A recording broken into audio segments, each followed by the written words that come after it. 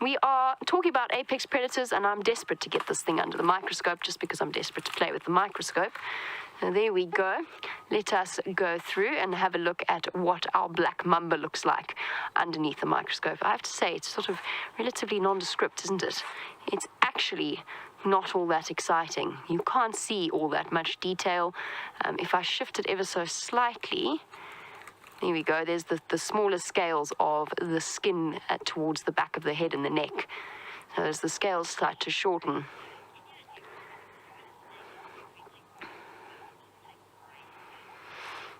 and a very good question, because we spoke about the molting, and the molting starts from the nose over here, which this would be the nose here. They rub gently against the nose scales, and then it slowly but surely proceeds, and you get the eyes. There's the, oh, I'm not as good as James is with this microscope. There's the eye. The eye lifts up, or the scale around, the protective scale around the eye. You can actually see how, that's interesting.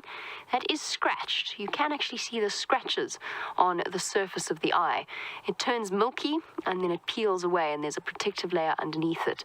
But Raisa, you want to know, do I have any idea what type of a fluid a snake is secreting while it's shedding? I don't.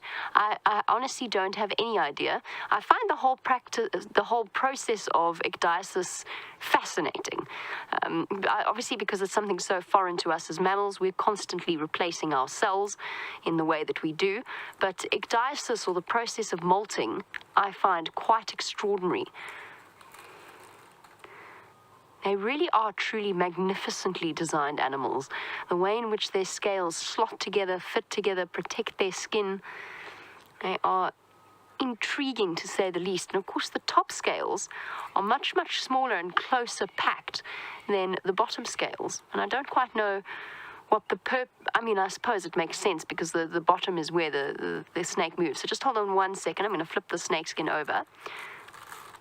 Sorry, everybody bear with me. It's coming back, and there we go. So there's the bottom scales.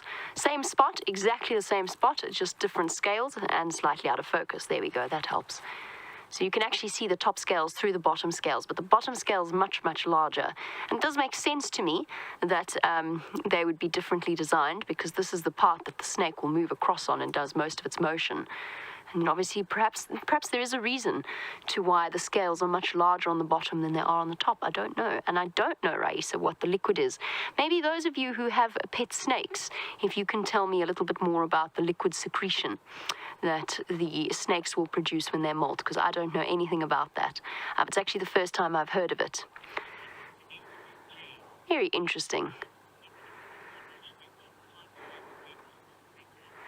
And Vanessa and James, you wanted to know about handling the snake and the snake skin, which is, I mentioned earlier, is very fragile. And you wanted to know, does it ever dry out to the point that it can no longer be handled without breaking? Or will the oils on our skin help to keep it sort of lubricated almost, or to stop it from drying out, to stop it from desiccating, I think is perhaps the best word. Lots of dirt on there, actually. And look at the overlap of the scales. Sorry, distraction as I look at that.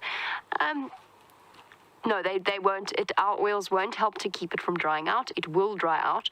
And at some point, unless you preserve a snake skin properly, at some point, unfortunately, in this climate, we'll find that the snake skin does have a limited lifespan. It can be quite long. We could be keeping the snake skin for a few months, but it is going to start to fall apart, particularly, of course, if we keep handling it. But we have to keep handling it because it's part of the learning process and it's part of the learning experience. And quite frankly, it is fascinating. I'm